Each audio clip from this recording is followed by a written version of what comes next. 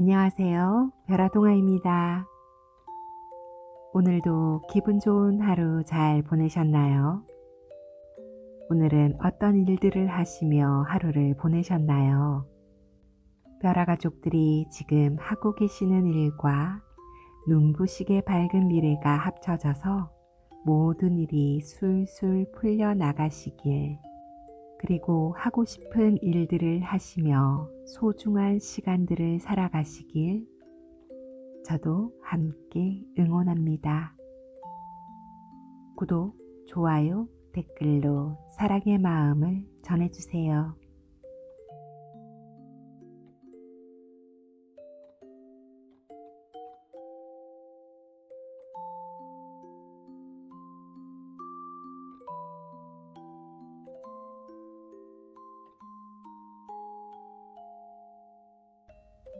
야광귀 이야기. 야광귀, 암팽이라고 불리는 야광귀는 섣달 금음날 밤에 찾아와 자기 발에 맞는 신발을 갖고 가는 귀신입니다. 신발을 도둑맞은 사람은 1년 내내 운수가 좋지 않다고 하여 신발을 집 안으로 들여 놓습니다. 그리고는 채를 텐마루 벽이나 마당에 있는 장독대에 걸어 놓습니다.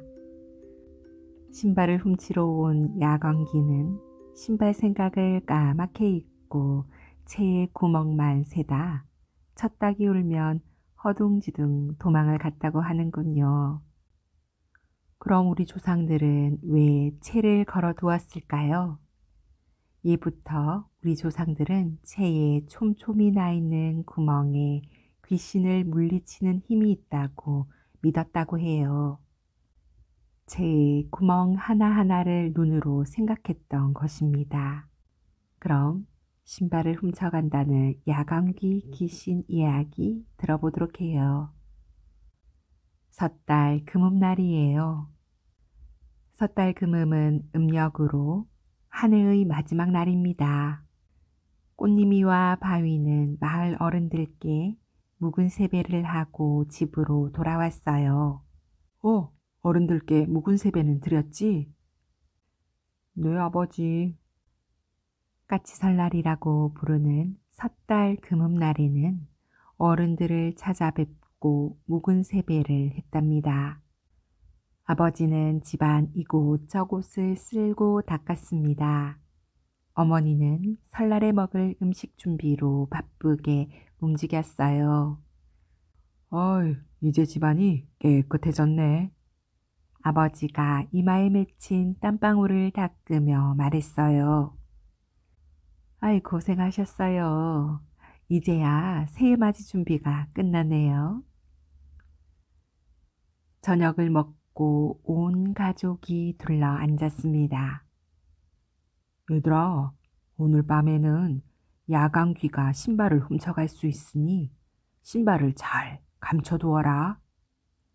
아버지의 말에 남매는 깜짝 놀랐습니다. 야광귀라니요? 섣달 금음날 밤이면 너희 또래의 신발을 훔쳐가는 귀신이 있단다. 그 귀신을 야광귀라고 불러. 야광귀가 신발을 훔쳐가면 그 신발 주인한테는 1년 동안 나쁜 일만 생긴대. 어머니의 말에 남매는 좀 전보다 눈이 더 커졌습니다. 꽃님이와 바위는 얼른 밖으로 나가 신발을 가지고 방으로 들어왔어요. 그리고는 다락에 꼭꼭 숨겨 두었지요. 여기에 숨겨두면 야광귀라도 찾지 못할 거야. 바위의 말에 꽃님이도 고개를 끄덕이며 맞장구를 쳤습니다. 맞아, 오빠. 야광귀도 이곳에 숨겨둔 신발은 못 찾을 거야. 꽃님아, 부엌에 있는 채를 텐마루 벽에 걸어 놓아라. 왜요, 어머니? 이유는 나중에 말해줄 터이니 채부터 얼른 걸어놓고 와. 꽃님이가 채를 텐마루 벽에 걸어놓고 방으로 들어왔어요. 야광귀는 벽에 걸린 채를 보면 채에 구멍을 새기 시작한대. 신발을 훔치러 왔다는 사실도 까맣게 잊고 말이야. 야광귀는 채에 구멍을 새다가 술을 까먹으면 다시 새고 또 까먹으면 다시 새고 이렇게 계속 반복하다 첫 닭이 꽃기요 하고 울면 그제야 허둥지둥 도망을 간대. 어머니의 말에 남매는 까르르 웃음을 터뜨렸습니다. 야광귀는 바보 귀신이잖아. 얘들아, 오늘 밤에 잠들면 눈썹이 하얗게 변한단다. 정말이에요? 아버지의 말에 남매는 깜짝 놀라 입이 쩍 벌어졌습니다. 아버지는 대답 대신에 고개만 끄덕였어요. 어떡하지? 나 벌써 졸음 오는데. 아, 하고 꽃님이가 하품을 했어요. 곁에 있던 바위도 덩달아 하품을 했습니다. 꽃님이가 고개를 꾹 뻐기며 혼잣말을 해요.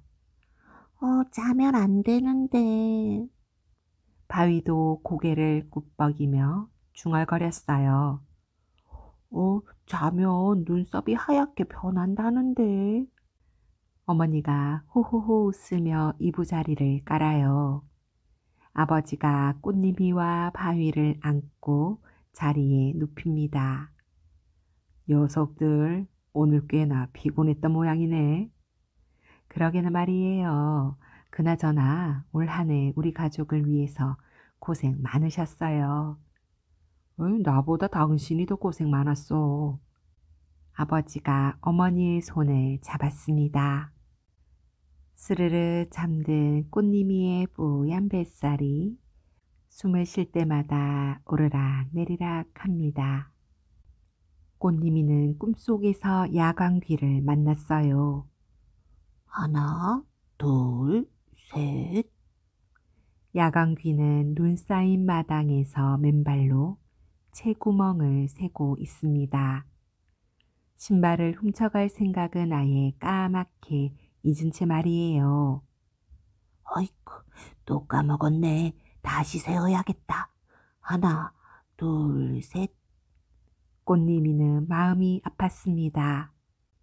야광귀야, 채구멍 그만 세고 신발 가져가야지. 꽃님이가 야광귀에게 다가갔어요. 꽃님이구나. 나도 그러고 싶은데 채를 보면 신발 훔쳐갈 생각을 까맣게 잊어버려. 야광귀가 추운지 입김을 호호 불어댔습니다. 야광귀야, 정말로 너희들이 신발을 훔쳐가면 그 신발 주인한테는 1년 내내 나쁜 일만 생기니? 사람들은 그렇게 말하는데 나도 잘 모르겠어. 하고 야광귀가 고개를 갸웃거렸습니다.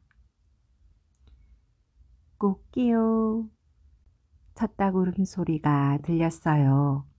야광귀는 꽃님이에게 복 많이 받으라는 새해 인사를 하고는 총총총 사라졌지요.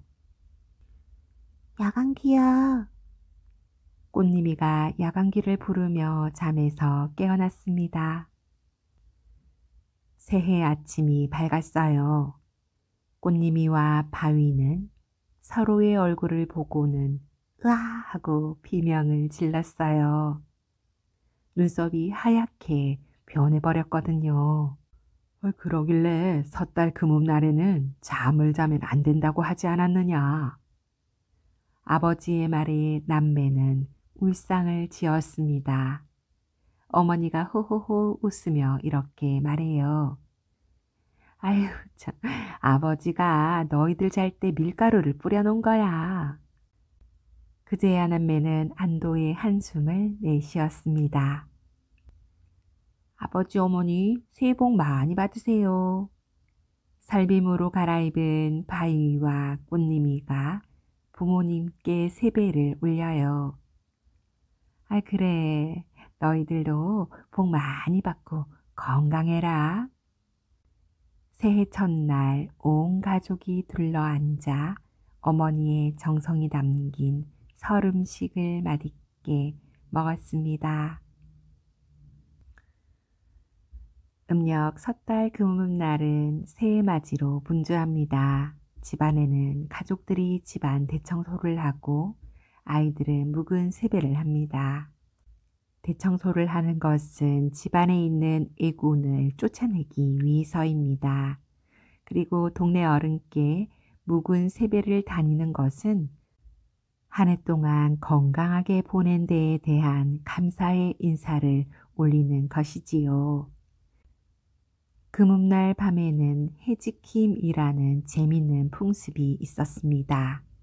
이 풍습은 애군이 집 안으로 들어오는 것을 막기 위해 잠을 자지 않고 뜬 눈으로 새해 맞이를 하는 것입니다.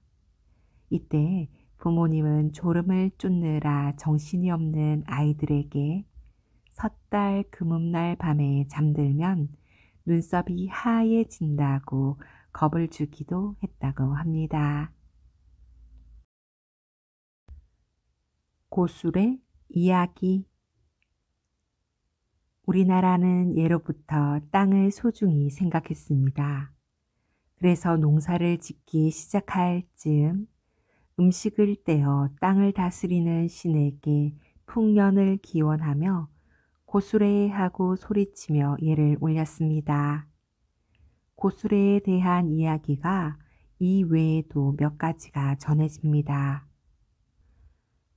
하늘에서 내려온 신이 사람에게 부를 얻는 방법과 농사 짓는 방법을 가르쳐 주었다고 합니다. 이 신의 이름이 고씨였다고 합니다. 그 후 사람들은 농사를 짓는 법을 알려준 고씨의 은혜를 잊지 못해 감사의 예를 올렸는데요. 이를 고씨래라고 하며 훗날 이 말이 고수래라고 변했다고 합니다. 농민들의 간절하고 감사한 마음이 들어있는 고수래 이야기 함께 들어보아요. 어허, 벌써 새참 때가 되었나? 여보게들, 새참 먹고들 하세. 논에서 일하던 훈이 아버지가 사람들을 불렀습니다. 사람들은 땀을 닦으며 새참상 주위로 모였습니다. 갑자기 훈이 아버지가 밥 한 술을 푹 뜨더니 들판에 휙 던지는 거예요. 고수래 하고 소리치며 말이에요. 아버지, 아깝게 밥을 왜 버려요? 훈이가 못마땅한 표정을 지었습니다. 훈이는 아직 고술의 이야기를 모르는가 보구나 하고 아르민의 아버지가 껄껄껄 웃었어요. 고수래요? 훈이가 고개를 갸웃거리며 되물었습니다. 고술의 이야기를 듣고 나면 왜 밥을 들판에 던지게 되었는지 알게 될 거야. 그렇게 이야기는 시작되었습니다. 아주 먼 옛날 어느 부잣집에 하녀살이를 하며 살아가는 고씨성을 가진 처녀가 있었습니다. 고씨 처녀는 얼굴이 너무 못생겨 시집갈 나이가 되었었지만 동네 총각 누구 하나 거들떠보지 않았지요. 그런데 어느 날 고씨 처녀의 배가 하루가 다르게 불러오더니 아기를 낳게 된 것입니다. 깜짝 놀란 동네 사람들은 고씨 처녀에게 달려와 이렇게 말했어요. 시집도 안 간 처녀가 아기를 낳다니. 고씨 처녀는 아기를 낳은 채 눈물만 뚝뚝 흘렸습니다. 아이고 망측스러워라. 동네 아주머니들이 혀를 끌끌 찼습니다. 그때 한 아주머니가 앞으로 나서며 고씨 처녀의 등을 두드려 주었습니다. 아유, 너무 그러지들 말아요. 그동안 고씨 처녀에게 무슨 일이 있었는지 이야기나 한번 들어봅시다. 고씨 처녀는 아기를 꼭 끌어안으며 이렇게 말했습니다. 지난 겨울이었어요.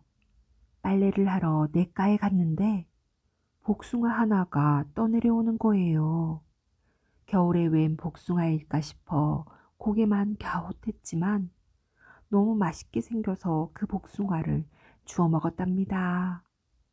그런데 그 후부터 배가 불러오기 시작하더라고요. 그제야 동네 사람들은 고개를 끄덕였습니다. 그런 일이 있었구나. 아기 이름은 지었느냐? 아직은. 고씨 처녀의 말에 젊은 선비가 눈을 지그시 감으며 이렇게 말하더래요. 아기 이름을 도손이라고 짓는 게 어떻겠소? 복숭아를 먹고 태어난 아기라는 뜻으로 말이요. 참으로 좋은 이름이군요. 선비님 말씀대로 도손이라고 부르겠습니다. 고씨 처녀는 이름을 지어준 선비에게 감사의 뜻으로 큰 절을 올렸습니다. 세월이 흘러 도손이는 어엿한 젊은이가 되었어요. 어머니, 저는 어릴 때부터 아비 없는 자식이란 말을 듣고 자랐습니다. 그러나 그때마다 어머니께서 마음 아프실까 아무 말도 하지 않았습니다. 이제는 저도 컸으니 제 아버지가 누구인지 알려주십시오. 도손이의 손을 잡으며 사실대로 이야기를 해주었어요. 그랬군요. 어머니, 이제서는 중국으로 가 더 큰 세상을 공부하고 돌아오겠습니다. 도손이는 어머니에게 큰 절을 올리고 머나먼 중국을 향해 길을 떠났습니다. 도손이는 중국에서 신통력이 뛰어난 스승을 만났습니다. 그곳에서 도손이는 열심히 공부를 했지요. 스승 역시 하나를 가르치면 둘, 셋을 깨치는 도손이를 무척 아꼈습니다. 그러던 어느 날 스승이 도손이를 불러 앉혔어요. 도손아, 지금 당장 고향으로 가거라. 스승님, 그게 무슨 말씀이신지요? 너의 어머니가 돌아가실 테니 장사를 지내고 다시 오너라. 어머니의 무덤은 김제의 만경평야가 좋을 것이야. 말을 들은 도손이는 한달음에 고향으로 달려갔습니다. 도손이가 고향에 도착했을 때에는 이미 어머니는 세상을 떠난 뒤였습니다. 도손이는 스승의 말대로 만경평야에 어머니를 묻어주었어요.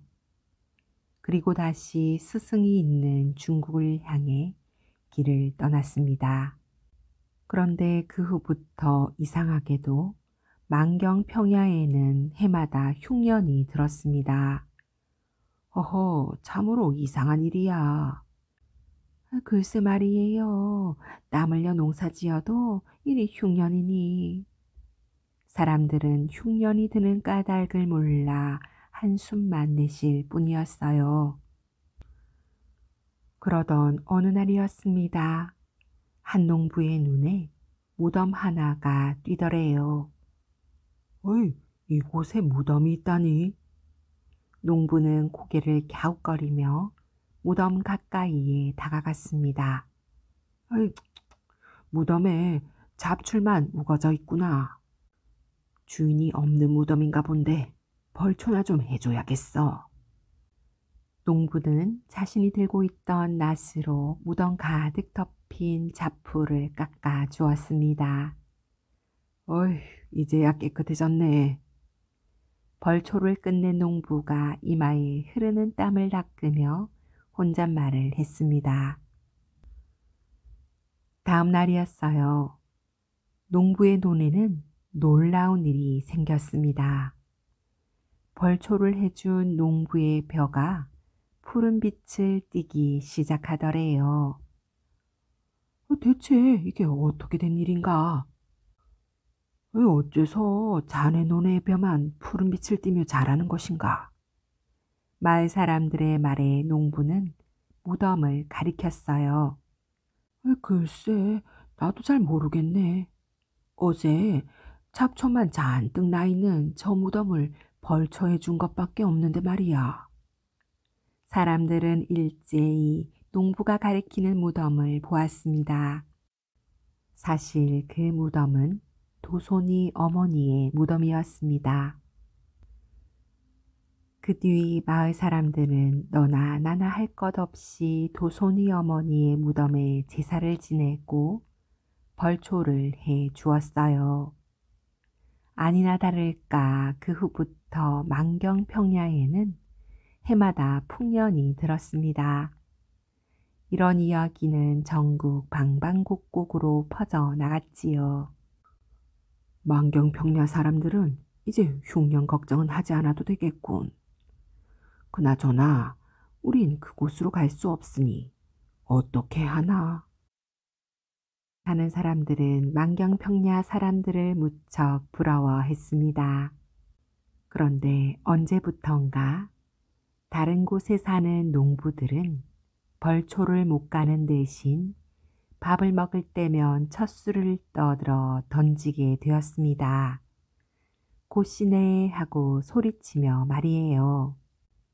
그러면 아무리 먼 지방이라도 죽은 도손이 어머니가 농사를 돌봐주어 풍년이 들었다고 하는군요. 그 후 사람들의 입을 거치고 입을 거치며 곧시네라는 말이 고수레라는 말로 바뀌게 된 거랍니다. 아름이 아버지의 이야기가 끝나자 혼이가 고개를 끄덕였습니다. 그래서 아버지가 들판에 밥을 던지는 거군요. 그렇고 말고 고술의 이야기에는 땅의 소중함을 알려주는 뜻도 담겨 있지. 혼이가 밥 한 술을 뜨고는 고수레 하면서 들판에 던져요. 아름이도 고수레 하며 밥 한 술을 들판에 던집니다. 스참을 먹던 사람들이 그 모습을 보고 환하게 웃음을 지었답니다. 뒷간 귀신 이야기. 옛날에는 화장실을 뒷간 또는 측간이라고 불렀습니다. 그리고 지금처럼 집 안에 있지도 않고 바깥에 있었지요. 환한 낮에는 두렵지 않았지만 까만 밤중에 뒷간을 가기는 매우 무서웠을 거예요. 더욱이 뒷간 귀신이 있다고 생각하면 머리는 쭈뼛 서고 온몸에 소름이 돋았을 것 같아요. 그러나 우리 조상들은 뒷간 귀신을 단지 두려움의 존재로만 생각하지 않았어요. 뒷간을 지켜주는 대상으로 생각했기 때문에 뒷간을 지켜주는 신이 있다고 생각하고 그 신을 칙신이라고 부르기도 했답니다. 이렇게 옛날에는 과학이 발달하지 못한 탓에 모든 사물이 두려움의 대상이었습니다. 이렇게 집안에 여러 신들을 만들어냄으로써 불행이 집으로 들어오는 것을 막아주길 바랬다고 합니다. 흥미로운 뒷간 귀신에 얽힌 이야기 함께 들어보아요. 살려주세요. 똥을 누던 이서방이 손을 싹싹 빌었습니다. 서방님, 저예요. 이 뒷간에 아무도 없는 줄 알고. 이서방이 아내가 갑자기 뒷관문을 열어 젖히는 바람에 깜짝 놀라 비명을 지른 거예요. 간 떨어지는 줄 알았네. 이서방이 놀란 가슴을 쓸어내리며 뒷간에서 나왔습니다. 여보, 뒷간에 올 때에는 기척이라도 내야 하지 않겠소. 부인은 얼굴이 빨갛게 달아올랐어요. 서방님, 죄송해요. 깜빡하는 바람에. 난 당신이 갑자기 문을 여는 바람에 뒷간 귀신이 나타난 줄 알았단 말이오. 이서방은 다시 한번 가슴을 쓸어내리며 부인에게 버럭 성을 냈습니다. 옛날에는 화장실을 뒷간이라고 불렀어요. 요즘처럼 화장실이 집 가까이에 있지도 않았지요. 그러니 깜깜한 밤중에 뒷간 가는 일이 얼마나 무서웠겠어요. 더욱이 뒷간 귀신이 뒷간을 지키고 있다고 믿었으니 아이들은 밤에는 아예 뒷간 갈 생각을 하지 않았답니다. 그래서 밤새 요의 오줌을 싸기도 했지요. 뒷간 귀신은 머리카락이 발끝까지 닿을 만큼 길었습니다. 귀신은 치렁치렁 긴 머리카락 세기를 좋아했어요. 뒷간 귀신이 머리카락을 세고 있으니 뒷간을 갈 때에는 헛기침을 하거나 똑똑하고 뒷간문을 두드려야 해요. 그래야 뒷간 귀신이 머리카락을 세다 누가 왔는지 알 수 있거든요. 2856. 이서방이 볼일 보러 왔군. 뒷간 귀신은 다시 머리카락을 센답니다. 그런데 기척 없이 뒷간문을 확 열어 젖히면 깜짝 놀란 뒷간 귀신은 머리카락 세던 걸 잊어버린대요. 어디까지 세웠더라? 수세기를 까먹은 뒷간 귀신은 화가 머리끝까지 치밀어 오른답니다. 그래서 긴 머리카락을 뒷간을 찾아온 사람의 목에 친친 감아 버린대요. 이놈이 날 놀라게 해서 어디까지 세웠는지 까먹었잖아. 하고 소리치면서 말이에요. 이리도 무서웠으니 이서방이 깜짝 놀란 것도 무리는 아니지요. 다음부터는 뒷간 올 때 꼭 기침을 내도록 하오. 예, 서방님. 하고 이서방의 아내는 뒷간에 들어갔습니다. 이서방은 밤하늘을 올려다보며 몸을 부르르 떨었어요. 아마도 뒷간 귀신 생각이 다시 떠올랐던 모양이에요. 이튿날 밤이었습니다. 이서방의 아들 도리가 쿨쿨 자던 형 서기를 깨우는 거예요. 형, 나 배 아파. 아, 뒷간에 가. 잠에 취한 목소리로 형이 대답했어요. 뒷간 귀신이 나타날까봐 무섭단 말이야. 같이 가. 도리가 울상을 지었습니다. 형은 짜증 섞인 목소리로 말했어요. 그러길래 자기 전에 뒷간 갔다 오라고 했잖아. 배 아파. 형아, 같이 가자. 도리가 울먹이며 배를 움켜쥐고 말했어요. 알았어. 서기는 도리를 데리고 마당으로 나왔습니다. 형의 손을 꾹 잡고 도리는 뒷간으로 걸어갔어요. 빨리 누구 나와. 형의 말에 도리는 소매로 눈물을 닦고 뒷간으로 들어갔어요. 형, 밖에 있지. 뒷간에서 도리가 끙끙대며 말해요. 응, 문 앞에 있어. 하고 형이 하품을 했습니다. 도리가 끙끙거리며 또 물어요. 형아, 밖에 있지? 있다니까. 형은 짜증을 내며 소리쳤습니다. 그때였어요. 바람이 휘잉 하고 불었습니다. 그러자 어디선가 하는 소리가 나는 거예요. 우리가 뒷간 귀신 잠을 깨워서 화가 났나 봐. 깜짝 놀란 형이 비명을 질렀어요. 뒷간에 앉아있던 도리가 으앙 하며 울어댔습니다. 바람이 멈추자 주인은 다시 조용해졌어요. 서기가 그제야 휴 한숨을 내쉬었습니다.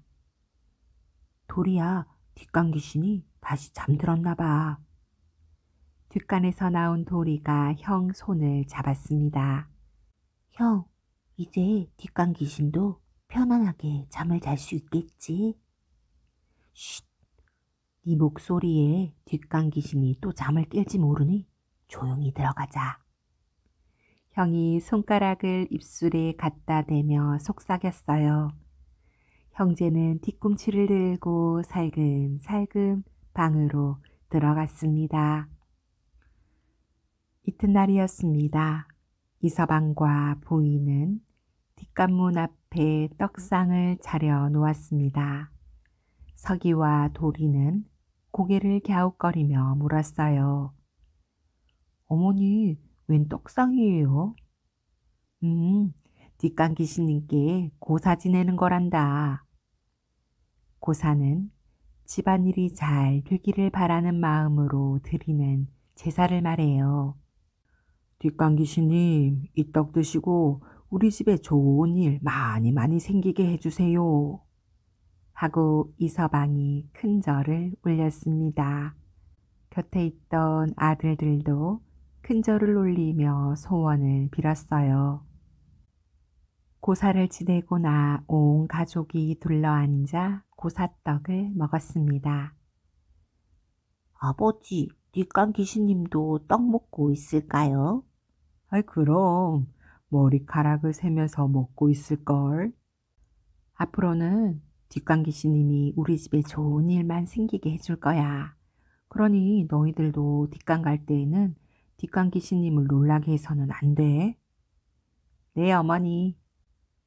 두 아들이 떡을 먹으며 소리쳤습니다. 웅이의 북소리. 옛날 깊은 산골에 웅이라는 소년이 살았습니다. 들에 나가 농사일을 거둘 나이였지만 그러지를 못했어요. 웅이는 한쪽 다리가 몹시 불편했거든요. 밖에 나가지 못하고 일을 도울 수 없던 웅이는 늘 집안에서만 지냈습니다. 하루 이틀도 아니고 1년 360날을 그렇게 보냈으니 얼마나 답답했겠어요. 웅이는 혼자 집을 볼 때면 바가지를 두드리며 노래를 불렀습니다. 동당당거리는 바가지 소리에 맞추어 노래를 부르고 나면 속이 시원했습니다. 그런데 웅이의 노랫소리가 무척이나 듣기 좋았던 모양이에요. 웅이가 노래를 시작하면 동네 아이들이 몰려와 그의 노래를 듣곤 했으니까요. 어느 날이었습니다. 밤이 깊은데도 들일을 나가신 어머니 아버지가 오시지 않았어요. 우리 어머니 아버지처럼 고생하시는 분이 또 있을까?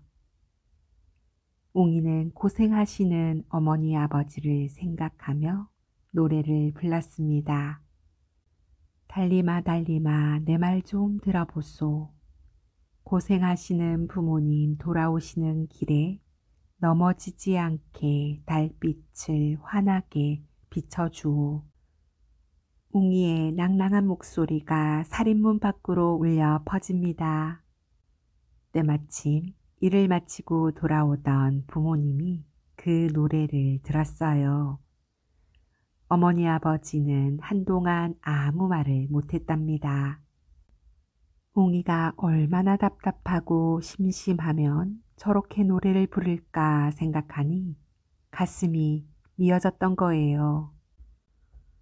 아버지는 하루 종일 답답해할 웅이에게 북 하나를 만들어 주었어요. 나무의 속을 동글게 파낸 다음 위아래를 쇠가죽으로 막았어요. 웅이야, 앞으로 노래를 하려거든 이 북을 치도록 해라. 그날부터 웅이는 북을 치며 노래를 불렀답니다. 북장단에 어우러지는 웅이의 노랫소리는 흐르는 계곡물처럼 듣기 좋았습니다. 그렇게 웅이가 신명나게 북을 치며 노래를 부르자 동네 아이들도 무언가 두드릴 것을 들고 나왔어요. 솥뚜껑을 들고 나온 아이도 있었고 괭이나 호미를 들고 나온 아이들도 있었지요. 아이들은 자신들이 들고 나온 것들을 웅이의 북장단에 맞추어 두드리고 또 두드렸습니다. 그러니 하루가 눈 깜짝할 사이에 지나갔지요. 그러던 어느 해 여름, 지독한 가뭄이 들었습니다. 모내기를 해야 하는데 비 한 방울이 내리지를 않았어요. 개울물까지 바짝 말랐고 먹을 물 구하기도 힘이 들었답니다. 물이 있어야 농사를 지을 수 있어요. 개울물까지 모두 바짝 말랐으니 우물을 파도록 합시다. 그날부터 동네 사람들은 우물을 파기 시작했습니다. 하지만 몸이 불편한 웅이는 동네 사람들이 일하는 모습을 먼 발치에서 바라만 보았습니다. 나는 아무짝에도 쓸모없는 사람이야. 웅이는 몸이 불편한 자신이 원망스러웠어요. 또 힘들게 일하는 동네 사람들에게 미안한 마음도 들었답니다. 그때 지나가던 스님이 웅이에게 이런 말을 했습니다. 얘야, 이 세상에 쓸모없는 것들은 하나도 없단다. 네가 잘할 수 있는 것이 무엇인지 생각해봐. 그리고 그것을 사람들에게 나누어 주어라. 웅이는 스님의 말이 무슨 뜻인지 잘 몰랐어요. 그러다 문득 아버지가 만들어 주신 북이 떠올랐답니다. 그래. 북을 치자. 동네 사람들이 신명나게 일할 수 있도록 북을 치는 거야. 웅이는 곧바로 방에서 북을 가지고 나왔습니다. 그리고는 들녘이 보이는 언덕 위에 앉아 북을 쳤지요. 처음에는 둥둥둥 느리게, 그러다 두둥둥둥 빠르게, 그리고 나중에는 둥당둥당 둥둥당당 아주 빠르게 북을 치며 노래를 불렀어요. 웅이는 힘들게 일하는 아버지 어머니와 동네 사람들을 위해 목청 높여 노래를 불렀습니다. 신명나게 북을 치며 노래를 부르자 아이고 이게 무슨 소리야? 허허허 북소리와 노랫소리가 정말 듣기 좋구먼. 동네 아이들도 웅이의 북장단에 맞추어 갱이며 호미를 두드려 댔습니다. 들녘은 북장단, 괭이장단에 흥겨워졌고 사람들도 절로 어깨춤을 추었습니다. 그때 아랫마을 김서방이 징과 꽹과리를 가져왔어요. 김서방은 징을 잡고 이서방은 꽹과리를 잡았어요. 들녘은 더욱 신명나고 흥겨워졌습니다. 허허 좋다. 아이씨구 잘씨구.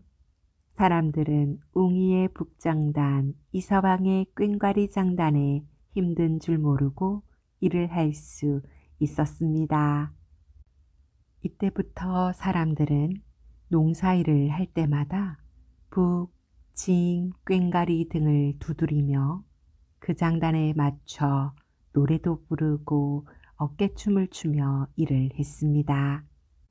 그러면 아무리 힘든 일도 어려운 일도 쉽고 신나게 할 수 있었거든요.